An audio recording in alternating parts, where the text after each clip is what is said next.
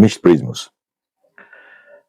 Në fakt, nga Kosova nuk vinë, jo thjesht lajmet mira, po vinë lajme dhe informacionet cilat jo vetëm ta prishin qefin, po të krijojnë pastaj idenë që në atë pjesë të Shqipërisë ku duhet kishte jo thjesht unitet politik kombëtar, po dhe atë që quhet kombëtar politik, po arrin që ta zhbëjnë, të zhbëjnë pjesën më thelbësore të asaj me të cilën Kosova njihet, me të cilën Kosova duhet bëj pjesë dhe me të cilën Kosova duhet bashkëtojë. Nxjerrin përpara të interesit kombëtar mbi çdo lloj interes tjetër pushteti. E pikërisht kjo nuk po ndodh. Është e treta herë që po shkohet në zgjedhje duke qenë të qartë që nuk do ketë zgjedhje. Është e treta herë së fundmi, sepse janë edhe herë të tjera, të cilat sorollasin, harxojnë euro, harxojnë frymë, sepse sigurisht një nga fajet e mëdha dhe gabimet e mëdha është qëndrimi jo thjesht refraktar, po nacional populist, nacional majtist i ekstremist i Albin Kurtit. Albin Kurti kujton se 51% që i tij përbën 100% e Kosovës. Në të vërtetë nuk e bën. Ai sot akuzohet, mbasi ka akuzuar opozitën si jo bashkëpunuese, por akuzohet se ka thyer edhe kushtetutën, ka shtyr vazhdimisht duke pasur ad interim kryetaren e kuvendit, e cila zëvendëson presidentin që normalisht iku se kishte drejt në fund krejt. Ajo ndodhi çfarë parashikoi presidentja në kalim, të cilën megjithse e propozuan, i kishin 15 votat e tyre LDK-ja, ata nuk e donin se e shpallën armike. Vetëvendosja e shpalli presidentin që i kishte zgjedhur vetë, edhe në portalet, edhe në mediat, edhe në kudo ku kishin mundësi, është tipi i vetëvendosjes, kështu në këtë lloj mënyre, që sigurisht ka votat e popullit, ka gjysmën e popullit në vete, si armike, si shërptore të Vučićit, shërptore të Edi Ramës, si shërptore e armiqve, tradhtare, shpiune, çfarë si thonë. Kur më përpara i thonin mretnesha jonë, teuta jonë, mrekullia jonë, me fjalë të tilla, si e kanë zakon t'i thonë, dhe që tregojnë për nivelin e ulët, shumë të ulët në besëtyrtni të demokracisë. Tashi do të bëhen prapë një palë zgjedhje të tjera, dhe Albin Kurti, me sa duket në me duar trokitjet e lëvizjes vetëvendosje, në një mbyllje të një çudie, të çmendurisë të jashtëzakonshme, duke i pasur të gjitha fake. Edhe qeverinë e ka fake sot, sepse sigurisht vazhdon në detyrë, nuk ka një qeveri fikse. Ka fake një kryetare kuvendit, cila e bën edhe presidentin, ka fake të gjithë institucionet, ndërkohë nuk ka fake abuzimet që bëhen me energjinë elektrike, abuzimet që bëhen me tendrat, abuzimet që bëhen me punët që po kryen, edhe bilancet cilat bëhen nga një qeveri e cila është në detyrë, nuk është qeveri që ka marrë mandatin e plot institucional. Kosova do të shkojë, nuk e di, ndoshta në qershor, ndoshta në, nuk e di, masën qershor, kur ta vendosin tash të vetvendosje, sepse i donin të treja, dhe këtë habitem se nuk i thonë. Krahas gjuhës urrëties edhe manovrave keqane që bëhen. Në shumicën e rasteve, unë nuk është se aprovoj shumë veprimet opozitës, po t'ishte mbledhur opozita, do t'i kishte këmbët një këpucë Albin Kurti. Pa jo është e përçarë. Ky është një faktor tjetër i cili duhet marrë parasysh. Po tash po merren për atë që ka. Shumicën. E din që nuk e bën dot aq kollaj presidentin. Dhe nuk lëshon asgjë, nuk ka lëshuar asgjë, thotë ka marrë këtu për t'ju propozuar unë që çfarë të bëni ju. Nuk ka lëshuar asgjë, duke e ditur që presidentin Kosovë me 80 vota, kur 20 deputet t'i marrin serbët edhe pakicat, nuk mund të bëhet duke mos ju afruar një postë të rëndësishëm. Nuk bëhet dot. Edhe këtë e di Albin Kurti. Albin Kurti do të shtrëmbrojë, kështu është ndërtuar kushtetuta e tyre, do të shtrëmbrojë aksin e demokracisë në mënyrë të qëndësishme. Sepse sigurisht ai është një populist dhe një njeri i cili sigurisht e do pushtetin për vete. nuk është se ka një ndryshim të madh nga Sali Berisha këtu. Dhe nga kushtet që i formohen edhe Edi Ramës, megjithëse ai normalisht ka aksese të jashtëzakonshme në botë dhe aprovim në botë, sepse ka përpara pikërisht Sali Berishën, edhe aprovim edhe në popull. Por Albin Kurti nuk i ka këto kushte, ka këtë kërkesë, duke formuar dhe bashkëformuar bashkë me atë Dejona Mihalin edhe atë Gërvallën dhe ku diun se çka ca njerëz tjerë atje, pjesën më antikombëtare në zbatim të një pushteti politik. Edhe për më tepër e quan Kosovën në demokracinë më të madhe në Ballkan. Nga zyrat e Dejona Mihalit dalin dhe këto marzira dhe këto i thotë edhe Albin Kurti, sepse sigurisht ajo është një zëdhënëse e tij. Janë një mendje të dy, por sigurisht është një zëdhënëse e tij. Dhe demokracia më e madhe di çka ka bërë? I ka të gjitha gjërat përgjysëm. Vazhdon pushtetin, duke mos dhënë llogari, vazhdon gjysma e Kosovës ta votojnë dhe vazhdon të mos jetë një qeverisje e cila është e pranuar edhe në botë. Vazhdojnë të jenë keq me Shtetet e Bashkuara të Amerikës, vazhdojnë të mos jenë mirë me Bashkimin Evropian. Vazhdojnë që të justifikojnë edhe serbët në veprimtarinë e tyre gjithmonë anti-shqiptare dhe anti-demokracisë në Kosovë. Është një fatkeqësi, po ja që është. Do shkohet në zgjedhjet e tjera, unë uroj që të përmbyset, që shqiptarët e Kosovës të tregohen kësaj radhe, në qoftë se edhe opozita ka linja bashkimi ose linja konvergimi me një tjetër, që ta çojnë në shtëpi Albin Kurtin. Po vazhdoj kështu, me këmbgulje, unë nuk e di çfarë mund të ndodhi, po duhet ndruar kushtetuta në mënyrë emergjente. E kush do ta bëj këtë? Me çfarë do të bëhen? Pra mbetet në dorë të shqiptarëve të Kosovës. A do jenë të zot ta zgjidhin ato? Deri tani nuk shihet asgjë e mirë në horizont. Deri tani kuptohet që do të ketë zgjedhje tjera, po jo zgjedhje tjetër. Dhe kjo është vetëm në leverdin e Albin Kurti. Vetëm në leverdin e Albin Kurti. Askuj tjetër. Dakord miq të mi?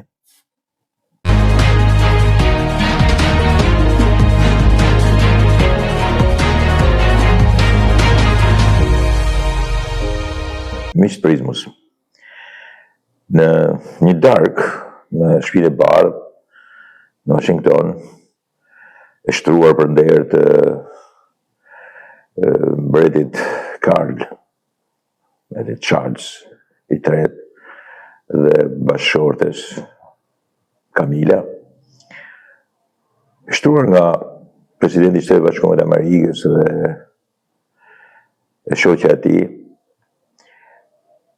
pati disa batuta të cilat me të vërtet duhet të kenë rëndësinë e përmendjes historike. Pse edhe si? Sepse normalisht janë përmendur në moment, si të themi tash, zyrtaro aristokrat, zyrtaro mbretëror monarkik, praktikisht aty ishin dy monarkë. Edhe normalisht ishte edhe presidenti i Shtetit Bashkuar të Amerikës me të shoqen, domethënë praktikisht kishim një lartësi të jashtëzakonshme politike monarkike, pavarësisht se monarkët nuk kanë fuqi administrative dhe ekzekutive, por kanë fuqi të madhe normalisht utërore, historike. Dhe në batuta me njëri tjetrin, presidenti i Shtetit Bashkuar të Amerikës, siç e ka zakon Trumpi, përmend një fakt tashmë qartë, i cili është fakti i ndihmës, i ndërhyrjes së Shtetit Bashkuar të Amerikës në luftën e dytë botërore, sepse, siç thot Trump, në Evropë mund të ishte folur dhe gjermanisht, Evropa mund të ishte folur gjermanisht, e ka fjalën, që në një farë mënyre, pushtimi, diktatura mund të kishin detyruar në një farë mënyre edhe humbjen e gjuhës, gjë që nuk ndodhi, as nuk do të ndodhte, por praktikisht kjo thuhet edhe është thënë gjithmonë edhe para presidentit Trump, ai është më i drejtë për drejtë, e përmend, pa i zbukuruar fjalën e pa rregulluar, duke treguar forcën e Shtetit Bashkuar të Amerikës për të bërë krahasimin me të sotme. Dhe normalisht pastaj përgjigja nga Charles III, King Charles, ishte normalisht që mund të ishte edhe se ju mund të flitit frëngjisht për mos ishim ne. Pra, gati thote ju ishit një Shtetet Bashkuar të Amerikës një projekt kolonial. Joni edhe po mos ishim ne, normalisht ishte pushtime franceze, ishte projekt edhe për franceze. Edhe ju flitni anglisht se ishin ne. Soft batut, kur batuta e Trumpit është hard batut. Kjo është e thënë në mënyrë elegante, por shtoj në një farë mënyrë ne të dy i duam kushejt tanë francez. Shtetet Bashkuar të Amerikës në fundit në luftën e dytë botërore kanë bërë një të mirë tjetër përveç e ndihmës madhe, eksportimit demokracisë dhe çlirimit të pjesës perëndimore të Evropës, ku ekziston demokracia e vërtet, po themi. Kanë bërë një tjetër sepse i kanë dhënë fund kolonializmit si britanik ashtu dhe francez. Të gjithë kolonizmat e tjerë, dhe italian, edhe francez, edhe po thuaj spanjole, portugez, të gjitha. Shtetet Bashkuar të Amerikës kanë qenë me të vërtet polici i botës, gjandari i botës, quhesh. Këtë fjalë nuk e ka shpikur Enver Hoxha, as partia e punës. E kanë thënë tjerët përpara Enver Hoxhës. Ideja është që normalisht Shtetet Bashkuar të Amerikës që vendi demokratik edhe ai do eksportonte demokraci.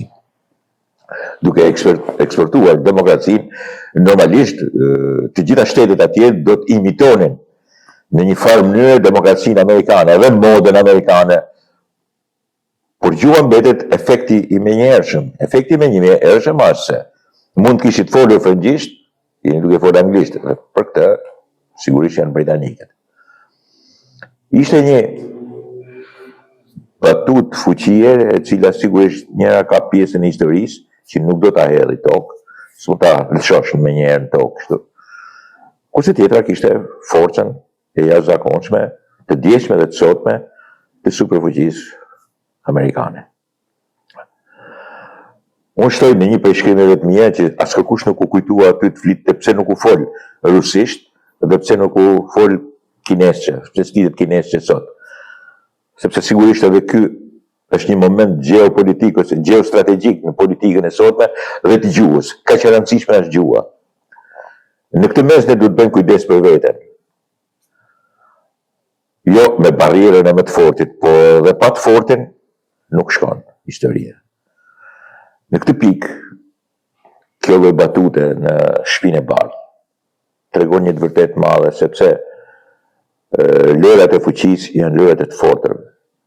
Atyre të cilët bëhen të fortë në saj edhe pikërisht edhe përdorimit të asaj që e konsiderojnë gjuhë, por që në fakt me gjuhën është pjesa kulturore. Ndikimi sigurisht është i madh. Prandaj edhe pjesët kolonialiste e kanë bërë dikur këtë.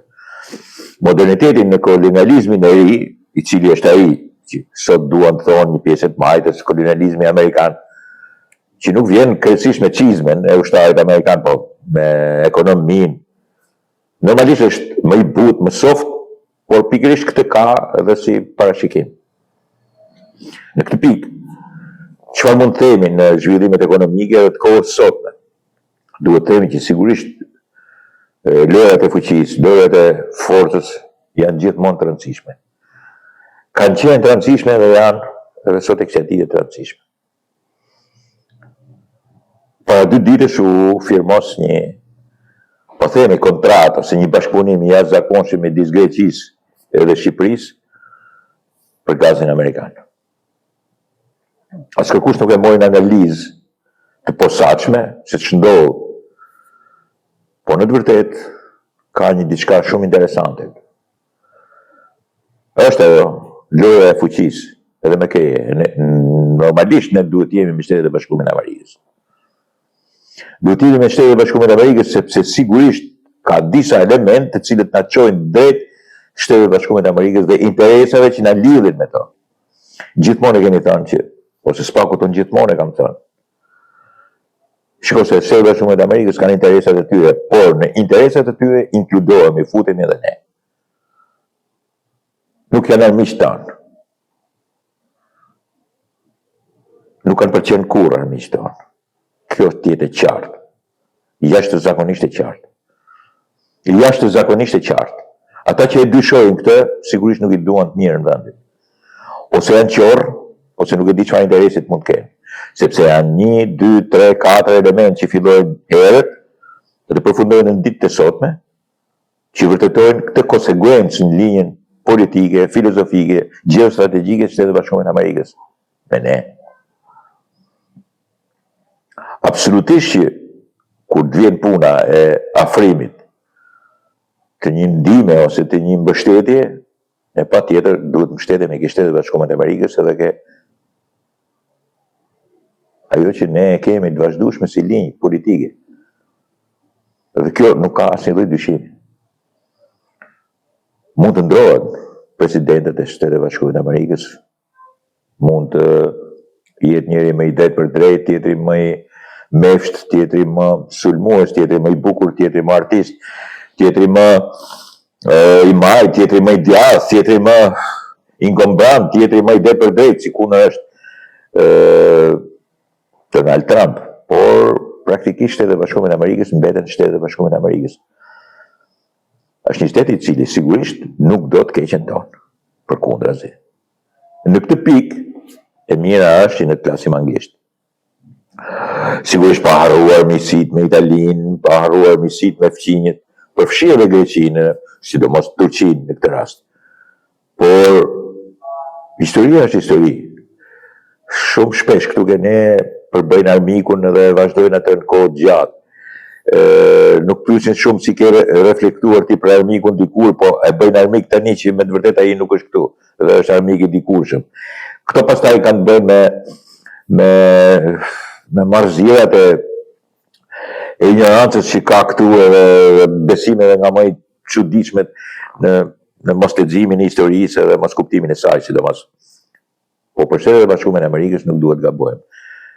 Ajo në shkrimi atyre 6 miliardëve, nuk e di se si do procedohet normalisht me fuqizimin e portit Vlorës, me krijimin e bazës shpërndarjes gazit lëngshëm, furnizimit pastaj edhe të rajonit me këtë lloj gazi, sidomos edhe Greqisë, krijimit të kushteve edhe për gazifikimin në përgjithësi, një infrastrukturë e tillë mbështetur me kaq shumë investime, sigurisht e bën pastaj në momentin që bota po kalon në ndryshimin e teknologjive, makinave elektrike, makinave me si themi tash me hidrogjen, shumë elemente të tillë që të jemi të përgatitur dhe të jemi. Pastaj Shqipëria në një farë mënyrë edhe me potencialin, po lexoisha një shkrim të Reuters dhe diku tjetër, nuk e di, se ku Financial Times, duket, nuk e di diçka e tillë. Ishin dy testatat mëdha që po e lavdronin Shqipërinë si pavarësi e madhe energjetike dhe si e prodhon energjinë e saj, e prodhon nga uji, e prodhon nga dielli, e prodhon ka projekte të mëdha helikoidale, po prodhon një pjesë të madhe të energjisë, cilën e prodhon jo vetëm pastër, por e ka të sigurt, edhe me kosto shumë të vogël. Sigurisht që unë edhe shumë të tjerë, sidomos unë, jam shumë i pakënaqur me përdorimin e nxjerrjes naftës këtu dhe mos përpunimin e saj dhe humbjes së miliardave. E kupton, ne kemi futur njerëz nëpër burgje, politikanët nuk marrin përgjegjësi kërkush për bankat, që i ka vjedhur këtij vendi 15 miliardë dollar. Në këtë pikë tash është e keqe, jashtëzakonisht e keqe. Kështu që në këtë lloj politiket ne nuk jemi keqësisht vegjël, jemi me gjithë njerëzit rreth e përqark dhe vendet që janë rreth e përqark. Nuk është se ne bëjmë dallim kaq të madh të tjerë. Që kemi parasysh se duke qenë me të gjithë, sigurisht do sillemi konsekuencën e qenit në grup. Por interesat i kemi të përveçme. Ato interesa i kemi tonat. duhet i nxjerrim pikërisht në këtë lloj drite, në këtë lloj fokusi, për të mbrojtur pikërisht interesat tonë. Duke u kthyer edhe ke batuta e Charlesit, ashtu është e vërtet. Mund të kishin folë edhe frëngisht, mund të kishte folë edhe gjermanisht, mund të kishte folë edhe rusisht, por nuk u folë, mbeti anglishtja. Dhe kjo nuk ishte gjë e keqe, ishte diçka shumë e mirë.